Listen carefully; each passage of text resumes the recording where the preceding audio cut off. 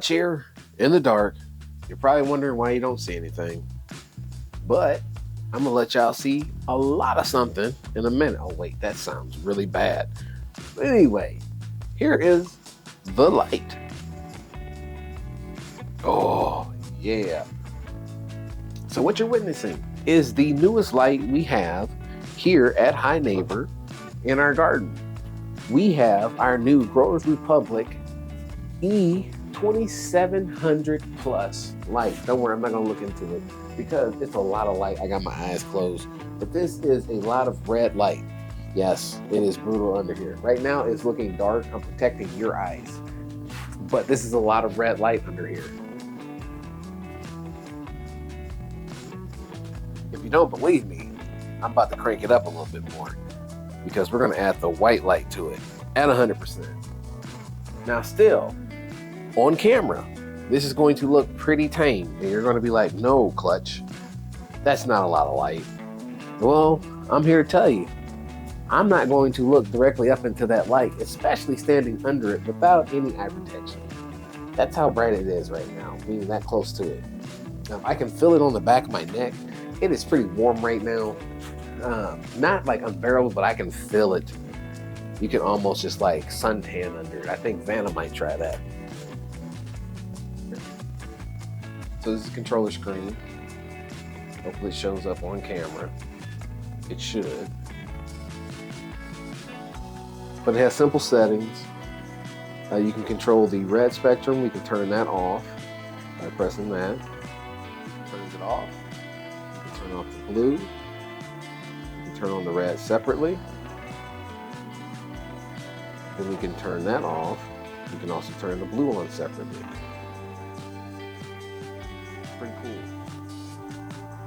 Turn it all on, you get all the spectrum.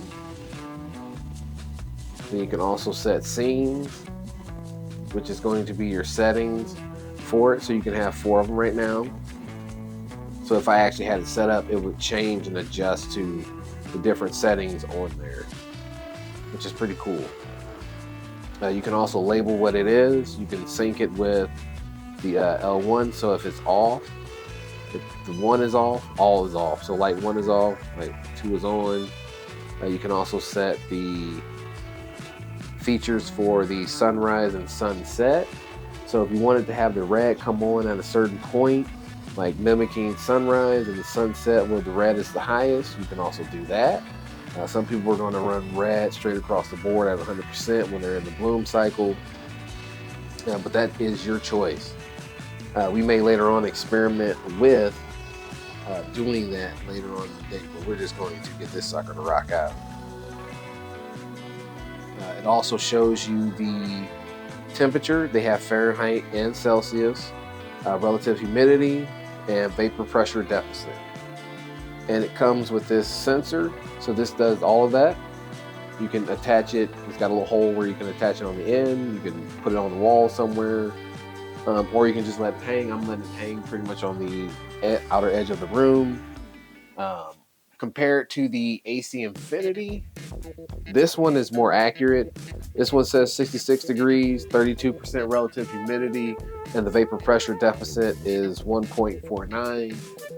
AC Infinity gets it at 65 degrees in the room, and it is 32% relative humidity at 1.25 vapor pressure deficit.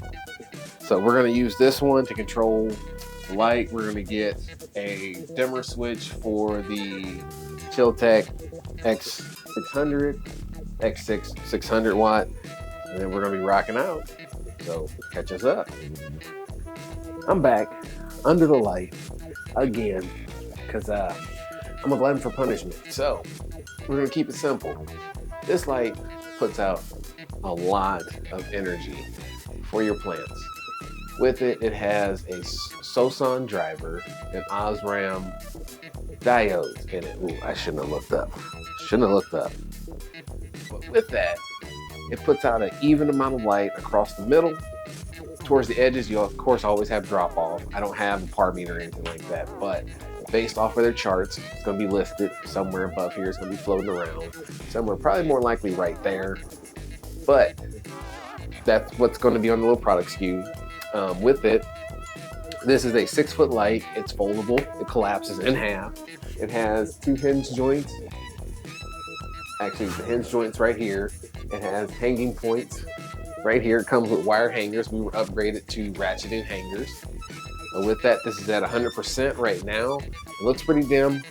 On the camera, I did that on purpose because if not, everything else would be blown out. If you're watching the vertical video though, it's pretty freaking bright. But you're gonna watch it go from 0 to 100, and we can take out even part of the light spectrum, which is really cool. We're gonna take out the red light spectrum. Turn it off, and it's more blue. So if you wanted to go more towards a veg cycle, you can have a lot of blue and white cool light in there. Likewise, you can tailor the spectrum. So we're going to throw some more reds back in there. We're going to take that off, and we're going to add just the blue, and we're going to put it in at 20%. So we're going to go back. Came on at 20%. So the light is dimmer, lower power. We turn it off again, and we're going to turn off the light. We're going to bring in the red at 50%.